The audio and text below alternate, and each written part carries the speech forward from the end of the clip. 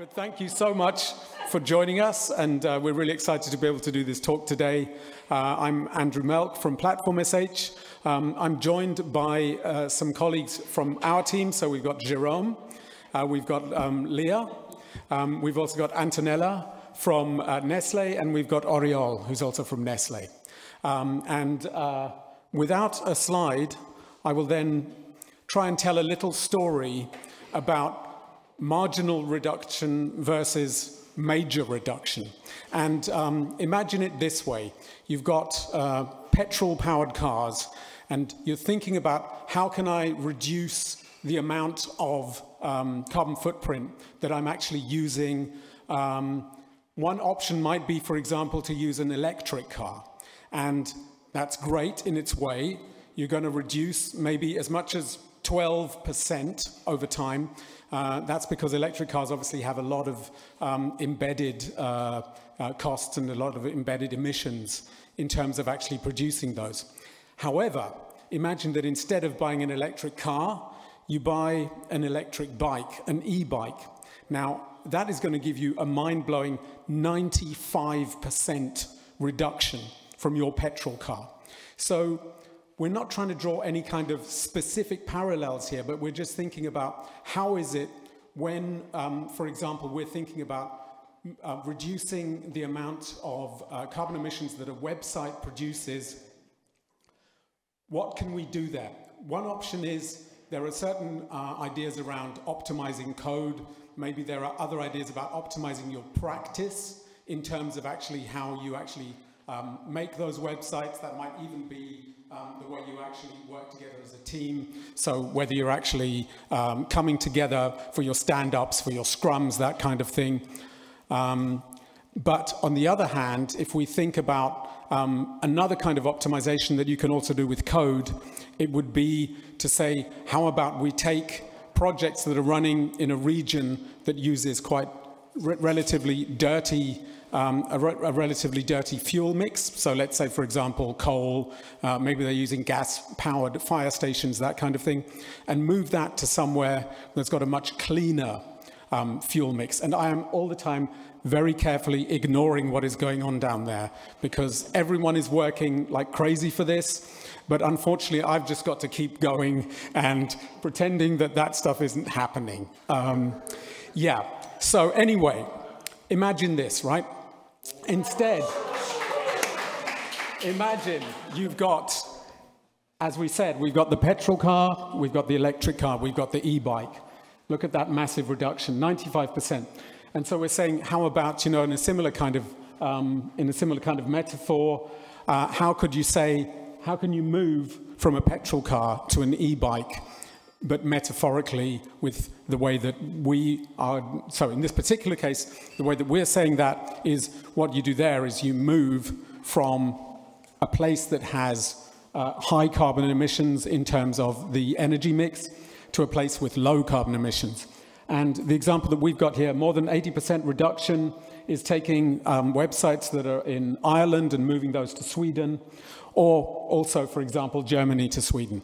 So I'm the guy that's just doing the high concept beginning of this, because we're now going to go back and take this step by step and explain how we came to this particular conclusion. And for that, I'd love to move across to my colleague Leah, who is now going to give us some more.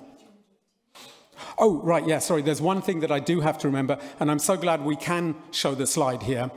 What we wanted to show is that this is actually a project that we're doing together with the Nestlé team, and that this actually takes quite a lot of people to do it. I'm not going to give you everyone's name and their rank and their service ID. I'm just going to say, up at the top, we've got all the great people at Nestlé who've been working with us on this migration project.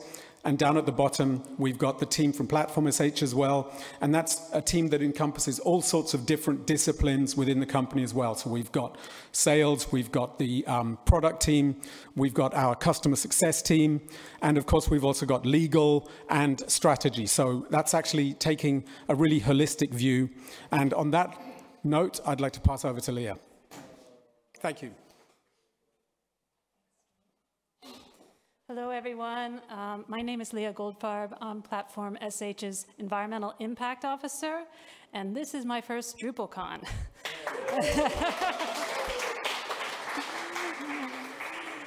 Thanks. Thanks to everyone for giving me a warm welcome here.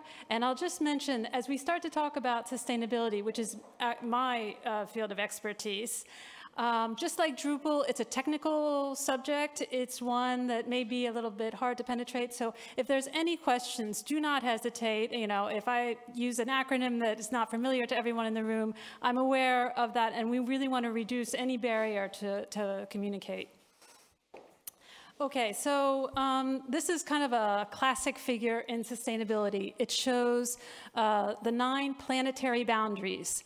And when this research was first published in 2009 by Johan Rockström, by Will Steffen, Owen Gaffney, and others, it was a group of natural scientists going around looking at 9 processes that happen in our environment. And of course, our environment provides the ability for societies to function, for economies to happen, for Drupal to turn. And so when this was published in 2009, the first time, now it's been updated 3 times, and this is the most recent result from this year. There were 2 boundaries that had gone outside of what the authors called the safe operating space for humanity. Now that it has been updated, we can see, and I'm not going to go through all 9 planetary boundaries. We've linked to the study here on the website where you can read more. But the one we're really going to focus in today is that of climate change, which has the red star here. So because of what's happening in this realm, there's a lot more regulations that's coming into place, and it's going to even impact your work. So that's what I'm here to talk about. And what we can see here is our first acronym in this area, so the European CSRD. And we'll get into that in just the next slide. So, so this will all deal with how we measure carbon, and then how we report that. And I'll just mention in the cloud, it's this technical term of scope 3. So these are areas that you don't have operational controls over. And so, yeah, this is looking at the sustainability directives that are coming out of the EU. So here we are. This is a somewhat long time frame, and what you can see immediately is when the Industrial Revolution occurred. And then we see these upward ticks in both CO2, which is one of the greenhouse gases that we're talking about when we're talking about emissions, and temperature that's going up. And what we're showing here is we're entering into a stage, into an epoch, which is called the Anthropocene, that we have as humans never seen before, these type of levels of emissions and this type of temperature rise. And what's really shocking about this is the speed at which it's happening. And we can go back further in time, and at Platform we have at our booth a slide that shows where you can really see where all of human civilization has evolved as we know it, our culture and everything else in the Holocene, the last about 11,000 years. And now we're moving out of that into the Anthropocene. So what's going on here? So you've just seen this dramatic rise in emissions. And what I want to show here is that's what's shown in this part of this graph. So this is time on the x-axis. And what needs to happen is our greenhouse gas emissions need to go down. And they need to go down much faster than the way we came up the curve. So we're looking at rapid decarbonization, and the question is how to get to that. So we have this sustainability directive coming out of the EU. And for large companies, if you work for a company that's over 750 people and you're based in the EU, the reporting period starts, the data collection starts January 1st, 2024, with a report due out in 2025. And if you have any questions about that, we have a nice table we can share with you where you just enter your information and we can tell you when you'll need to report. But it's not just, and this new directive will slowly ramp up. It'll be a little bit like GDPR was, and encompass anyone who wants to do business within Europe. So it's something to be aware of in this space. Sorry, in this space. And the NFRD, that's the British equivalent, that's their non-financial reporting directive.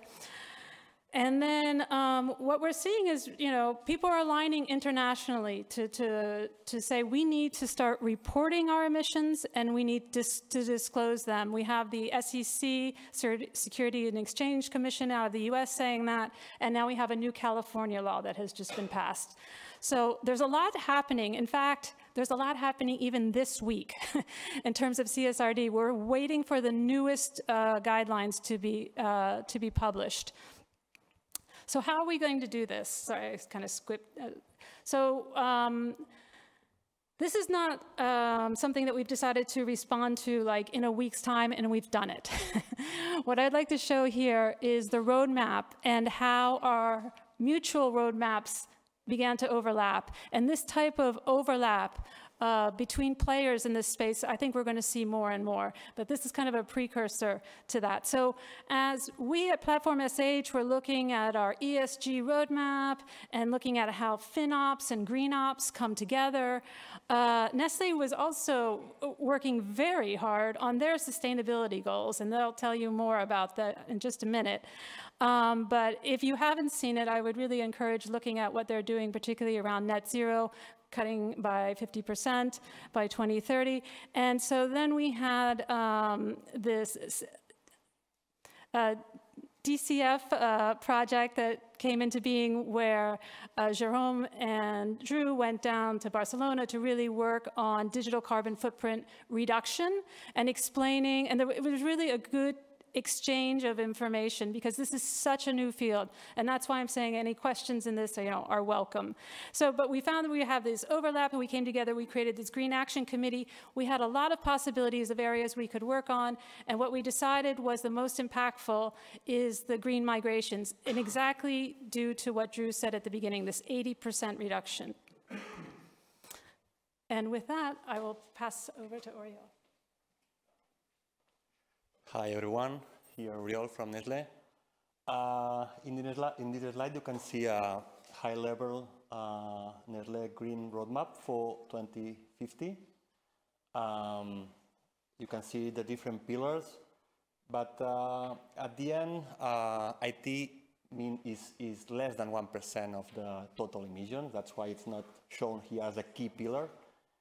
But it's relevant for us to bear sustainability in mind for all the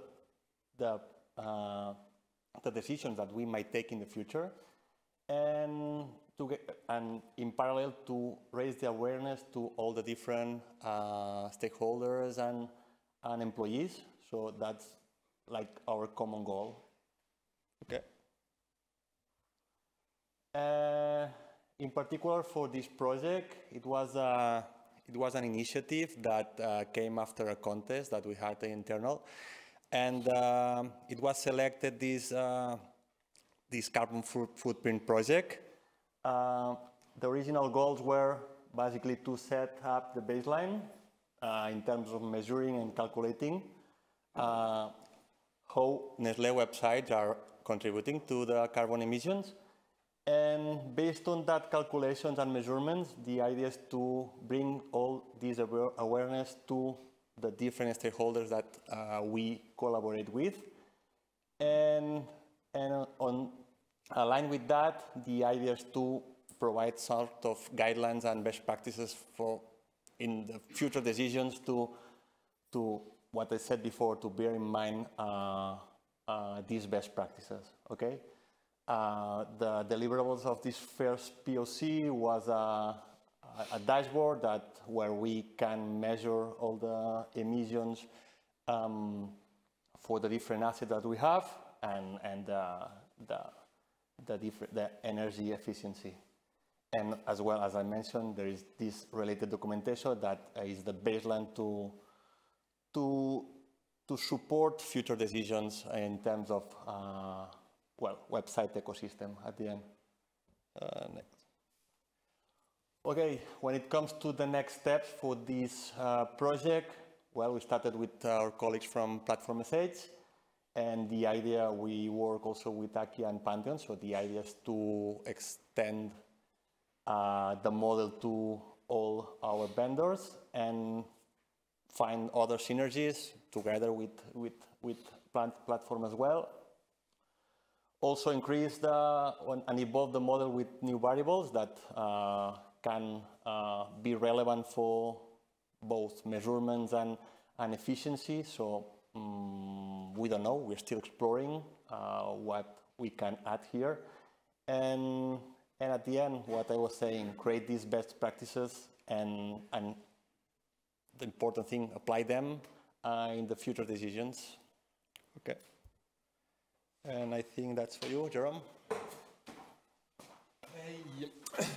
Yeah, the three limbs. So we are at Platform SH, we are a PaaS company, so front won't work as well.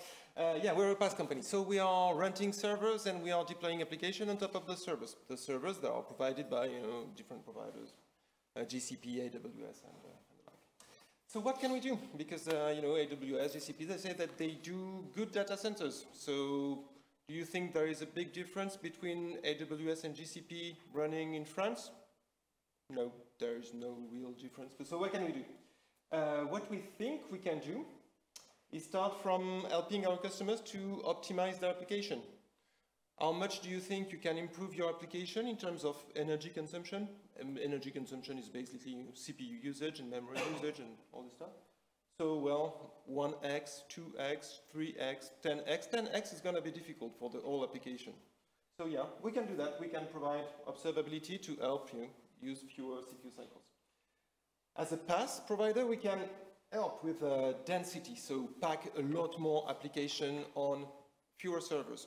We can do that because we know that we are kind of a macroeconomic actor. We can rent a lot of servers, contract for a lot of application, and try to push more application onto, by mutualizing the resources. We can actually do that through overcommit because we are elastic, so we can provision fewer CPU than we are actually selling because we can provide the CPU when it's needed, because most applications are not using the resources they are contracting for most of the time. We can, of course, dedicate resources. But how much can we get from there? We consider that we can get like 10x to 12x more density than what is a naive deployment of providing a CPU. From the customer that contract with us, we consider that we reduce the number of resources by a factor of 10. So this is good. 10 is nice. But what comes up to be effectively the most important move that you can get right now and with low efforts is actually to optimize for location. You can choose your data center and pick Amazon instead of GCP, but it's maybe 1%, 2% difference. If you move from Ireland to Sweden, as Andrew just showed, you can actually save quite a lot. If you move from Poland to Sweden, then it's actually a 40x factor. So yeah, that's one thing. So these three things are the things that we can optimize for as a PaaS provider. There might be other optimization. We may talk about it if you have questions about this, that we don't have a lot of lever. Can we change digital marketing, mobile phone, production? No, we can't really. We can't really change the weight of the pages of our customers, but we can actually work on this. Do you have any question on this already? Is it clear? Okay. Cool. So yeah, as you may know, we talk about location of the servers because this may not be super familiar, but this is a map taken from Electricity Map, reputable source, lots of good providers for that. Actually, Google and Amazon are using that too. That shows us the carbon intensity for a lot of grids, because you may know that there are green data centers and not green data centers. The reality of that is that most providers at GCP and AWS are buying renewable energy so that their total impact is lessened, should we say, because they receive credits to offset their emissions. But the data centers really in every part of the world are actually plugged to the same grid, energy grids, as everybody else. So there is no real green data centers except some that have solar panels in the middle of the desert. But most of the time, data centers are just in urban settings and not in the middle of the desert or out to a dam or, a windmill field. So yeah, the reason that some grids are different, of course, is In France, it's nuclear, is providing carbon-free energy. Sweden is pretty much the same, plus hydro, plus windmills. The same hydro in Brazil, hydro in Canada. You can see that there aren't a lot of green options in the US or in Australia. Actually, in the bottom, in the south, there are now some good options. So there are opportunities in some regions. For instance, let's see one of the opportunities that we found with Nestlé, trying to simulate for many projects, the impact of trying to move websites that were previously hosted in Germany and in Ireland, moving them to Sweden. Why Sweden? Because it's close enough for the European sector. As Drupal users, you know that most of your traffic is handled by the CDN most of the time, so where the origin is not that important for 90% of the traffic, or even more if your CDN is actually efficient. And well, not move to France, because at the time, France was not as good. It was 70 or something like that, so still below 100 grams per megawatt hour of electricity produced. But still, Sweden was better. And I think Leah will get into the details of how much is saved from that, but you can see that it's a pretty significant figure of 15x, 20x improvement. So for the same amount of electricity consumed by the website, by the function of the application, we get 20% to 20x less carbon emissions. Is it clear on that carbon intensity? Then we get to the second thing. What do we do for our job at Platform? Is to optimize deployment. What we do is we replace the previous setup of running 10 servers at 10%, which is the general reality that we see, and replace that with one server running at 100%. This is not what we do. We don't do the micro thing. We do it at scale, so we operate tens of thousands of servers. We replace them with thousands, and so the economy that we get there is on the energy consumed, because there is a base metabolism for servers that we can avoid by running them hotter. But there is also the fact that we don't need to produce the 10 servers. We only need one. So embodied emissions are much lower considering that. So what we consider, the stat that we get from 12x is based off our customers' migration and a study that we've done with our carbon auditor using other sources and more naive deployment on VMs. It's very difficult for us to get information to compare us to the wild Kubernetes setup that we can find in the wild, or other services that are not very transparent about their density or overcommit levels. Do you have a question on this, maybe? Is it clear? Saving on embodied emissions. So I think, Oriol, this one is for you. Okay, when it comes to the applications itself, well, as Jerome mentioned, at the end, we all know that 90 plus is served by the CDN. But there are things that can be done at application level to ensure that at least are efficient. No? Here from Nestlé, we have an ecosystem of 1,300 sites, and we are basically we try to ensure the reusability. Okay, so what we have is we maintain a Drupal distribution that is used by a big chunk of this ecosystem. And with this distribution, what we try is to make it efficient so that different agencies can take it as a baseline and also as a guideline on how it should be built, the application on the top of it. So, and for sure, it's trying to be more efficient when it comes to database optimization, and also reducing the execution time and all this stuff that, and also we know we have all the different layers, all the different caching layers, and the idea is to take the best advantage from all these layers, and basically that. Okay, next. It's for you. Thanks again. Yeah. So some features we've been working on and delivering recently on the optimization thing is we provide capability through the API, the console, everything, to get an overview of when you select your region, because you can deploy your application a bit everywhere, Platform SH, around the world. But if you're trying to get the lower emission, then you can get the information. When you pick your region, you get this information. This is a very simple stuff. And then, hopefully, we will be able to deliver a tool that allows you to migrate your project from one region to the other without our intervention. So just autonomously get the report, get your audit from Platform SH saying, okay, we think you've been emitting that amount in this region, or these are the top most contributing projects to your emissions.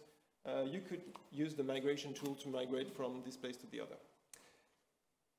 Other thing is called something we released recently called Pause Environment. It's just a way to have all your preview environments, so development, staging, whatever, on project, feature branch that get deployed, because this is a feature we have, that can be put to sleep or paused if they are not receiving any requests for a while, then just shut down.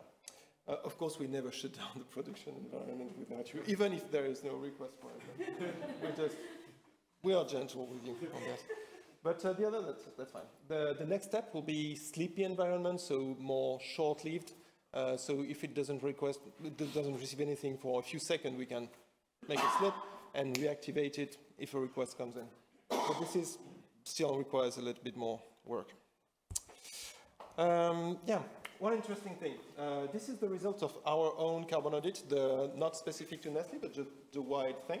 So we have servers all around the world, so we have different carbon intensity, but the general distribution of our impact is the left-hand side is compute. I don't know if you can read it from the pack. So this part is compute, so CPU consumption mostly, and RAM included in that. Transfer cost, so network. CDN is on top, it's a bit special there. And storage. You can see that the network part is actually kind of low. So there are different models, but this is quite important. CDN and transfer, they are not quite as important as compute and storage for us. Which means that if you can observe a website from the outside, measuring the weight of the pages, then you don't get any information that allows you to predict your footprint. This is an important part of it.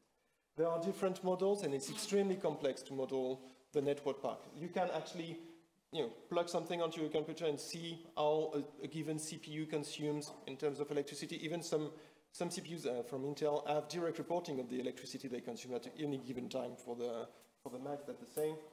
You can't generally access that information on AWS and GCP because they got this information from the CPU itself. But you can have models. There are spec sheets for that, so that's easy enough. Transfer from the server to the terminal, there are so many variables that it gets difficult.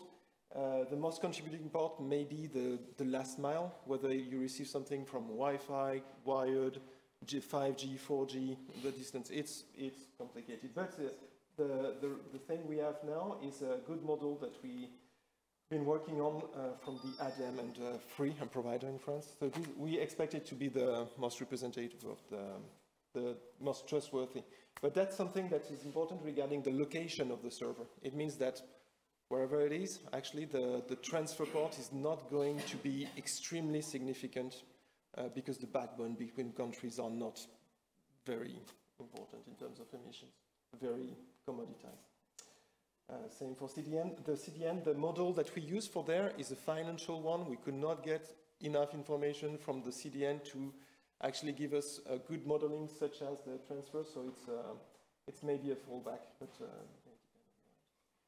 so we try to get for this information, let me be clear that it's not a model that we've been doing ourselves. We've been providing information, detailed billing information, and all the observability thing that we could get to an external auditor, which we have been working with this company for 3 years, called Greenly. helping us to improve year over year and redo the simulation from the past year, given the progress we do on the understanding of the data, because it's not that easy all the time. And so we can compare results year over year. So measuring is something that was not easy to do. Do you have any question on this one? Okay, so a small discussion about the models and the way, if you want to start measuring, what can you use? Well, the first thing you can try, which is currently what is on the Drupal.org website, is use the website Carbon Calculator. I will tell you that right away, it sucks, because it's trying to measure things from the outside, like what is the average wage, the page weight. It uses a general worldwide average for carbon intensity, and we have seen that it can vary from 1 to 40 easily. So yeah, I would not recommend that. Try to estimate things from your Alexa ranking and the general weight of the pages. No, not super good. You can ask AWS or GCP what is your carbon footprint. Google is quite good. AWS, for us, the carbon footprint is always declining, even if we are provisioning a lot more year over year of VMs. So I would not, unfortunately, recommend it, but it's called market-based, so they take into consideration, in the number they give you, the PPA, so the power purchase agreement that they signed. And so you don't have a real estimation, and they will never give you the electricity usage, so that you could calculate your carbon emissions. Because that will open for reverse engineering of their serverless, how do they deploy that, what is their overcommit level. Everybody will be very interested to have it, but they don't provide it.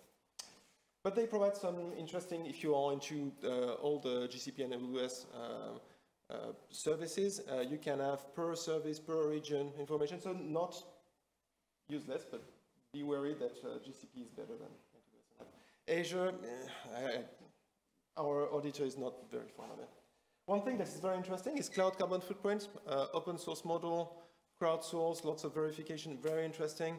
The data are a little bit behind. They don't have a good source for carbon intensity and such, but still they do good work. They don't do what we call the scope 1 and 2. So in terms of carbon accounting, so it means that your very specific emission, your usage for the company are not accounted for. Scope 3 are the emissions you have no control over, so the emissions of your contractors, so of your providers and contractors. So this is just estimating that. What we get to with the GHG, so greenhouse gas protocol, with an auditor that is certified for this kind of certification, is a much more exhaustive kind of auditing. Hopefully, and it's not always easy, they will get at least the quality of this, so you can try to benchmark the methodology using that. That will be our recommendation. There are many other details that we get into, like CDN is very difficult to estimate. Maybe just one point, and obviously we're sharing this because we think this is a good point to start a discussion about how Drupal as well can move forward from website carbon calculators to more sophisticated modeling, which is available and which can also be found, as Jerome said, like also on freely available open source sites and so on. And I think this way.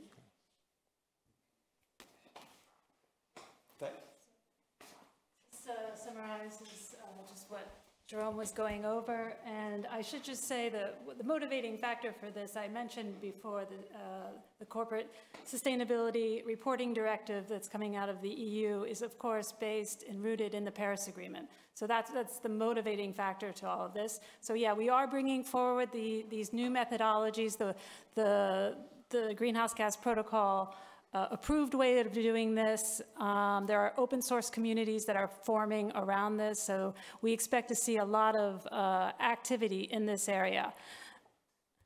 And then as we bring this all together, when we discuss with our clients, both in the private and public sector, we talk about our mode strategy. So we encourage our users to measure, optimize, deploy to greener regions, and then to educate. And as Jerome has just mentioned, every time we've done a carbon accounting with our auditor, we have learned so much each year. And each year we improve.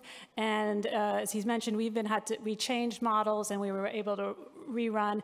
And we learned, like the rest of the community, that transfer, which a couple of years back was considered to be the biggest part of cloud emissions, is actually quite low, as Jerome showed, about a quarter. So, okay. So we've already transferred one project of Nestlé's, and because we're in France, we'll mention the next one up for next week is actually a very large one.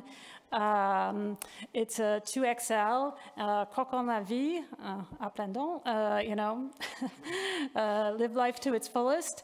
And with that, what we're showing here is the electricity. And so we're talking about a project that's running over 1 megawatt, 1.8 watts. And if we just multiply that by the carbon intensity of where it's currently running, which is 447 grams of CO2 equivalent, and the CO2 equivalent is for all the greenhouse gases, that's just the shorthand, we get something close to 820 kilograms of CO2 being released. And that's a back of the envelope calculation, just to make clear, our auditor who put in the embodied emissions, the emissions, the greenhouse gas emissions that are inside, you know, the servers when they're constructed and then weighted out over 4 years, it comes up to 932. So just to be clear, but already you're going to get a really good idea of what's happening by just knowing your electricity and then multiplying it by the carbon intensity. And moving the same project to Sweden, you'll have 44 kilograms. So, you know, if you just went on carbon intensity alone, you would get to a 95% reduction, but because of the embodied emissions, we're talking about 80%. So this is, again, we want to be clear, we want to be humble on what we're doing here. We're giving you some, a general approach here, a way to look at this, but we, you know, we use a carbon auditor. Some people decide to, you know, build their own models with the cloud carbon footprint and have a carbon certifier. That's another way to go forward. But then we do get to these type of reductions. And why, again, is this type of reduction important? If you work for someone, you know, an entity that really does have sustainability goals, wants to be compliant, like with the Paris Agreement, maybe has science-based targets in terms of reductions, this will get you most of the way if, you know, you're a legacy organization that already has a lot of programs, because when these projects were started, they probably were not looking at where they were deployed in terms of carbon. So as we've stressed throughout this presentation, we've learned a lot together. We're hoping to learn with the wider community, and we also are delighted, first, that Drupal has made sustainability such a key concept of this conference, and we can see it everything in the meals that serve to the encouragement of the type of transport that we all take. And there's 2 other sessions that we would like to highlight here at Drupal in terms of sustainability. If anyone knows of any more, please let us know. So we have Jane's session that's coming up on Thursday at 11:30 on ICT greenhouse gas emissions are exploding, how Drupal community should engage and contribute their part. And then there's also a Birds of a Feather session organized by Mike Gifford, thanks, on Thursday at 5:15. So we hope to see you at those 2, and if not, you know, you can always come by the booth and discuss with us more. We would be happy to do that, and if there's any questions, we're happy to take those as well.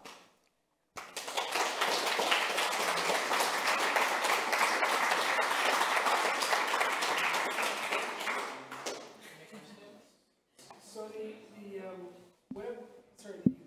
World Wide Web Consortium's community group around sustainability just released a draft report on the web sustainability guidelines that touches on a whole bunch of items. It's a very holistic approach to dealing with web sustainability. That happened before you were working on your talk. But I wonder if you have any thought. And also, this platform's it's not a web agency that's building websites. And that's something that the web sustainability guidelines is more geared towards that community. But if you have any thoughts on that effort, that'd be wonderful. Yeah, thanks a lot for that. Yeah, I didn't mention it here. So I have reached out to Tim Frick and Alex, and I will be giving a talk in November at the end. I think it's the last, is it the last Wednesday of the month? It's the Wednesday or Thursday of the month where they have their calls, and just to talk about CSRD and also about moving away from the website carbon calculator to greenhouse gas protocol certified approaches. So both of those. Yeah, so yeah, we're in discussion. A question about, since you're also just basically renting the servers from AWS or GCP, but you have like a bigger impact on their services, maybe. Did you talk with them about, better calculators? Because we tried to get that as well. We actually do change to a different provider because, not just because, but also with looking at having some kind of accounting. But obviously it's like, oh yeah, in a lot of these cases. So I was just wondering, if you talk with them. Yeah. Yeah, we have discussed with them.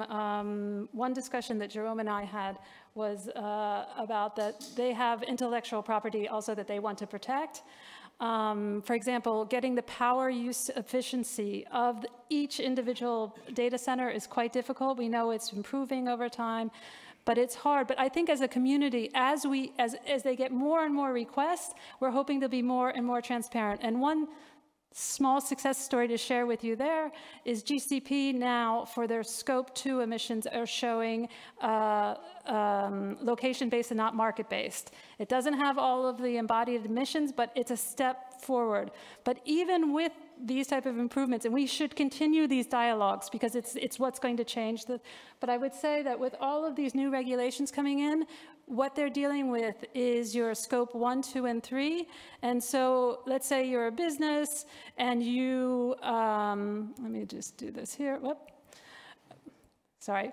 You'll have to report on all 3. And the cloud emissions are in your scope 3. But it's good to start thinking about Carbon Auditor, getting the whole process going now. And then as we share, we'll all learn together. We'll have cloud benchmarking, which is what I'm looking forward to one day. Yeah, I mean, basically with CSRD coming up, we will have to report on scope 3. So basically we will have to, also the value chain, we have to interact with them about it anyway. So I was just wondering what your experience. Yeah, and we're hoping, as CSRD, which is really an ESG, environmental, social governance structure comes in, it is that supply chain transparency that is being asked for more and more. We've already gotten a request from Nestle. I think they're one of the precursors yet again in asking for these type of, and we'll see the whole ecosystem has to reduce their scope 3. And so we need to be more transparent. All right. Thanks, everyone. Oh, there's one question in that. Have you done some work on scope 4?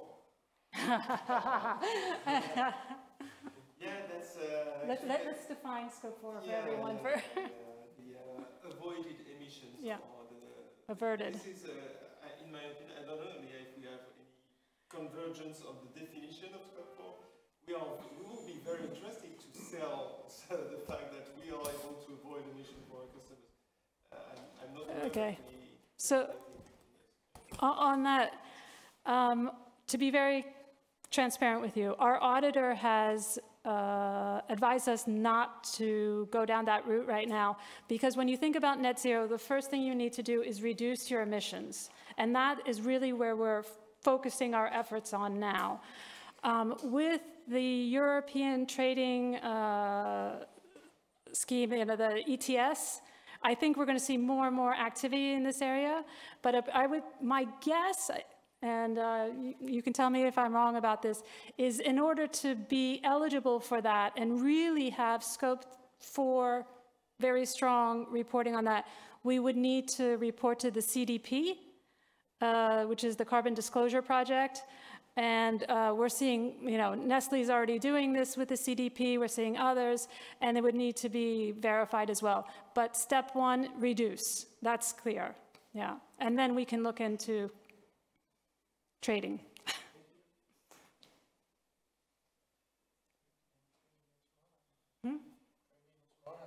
Okay, well, if there's no more questions, don't hesitate.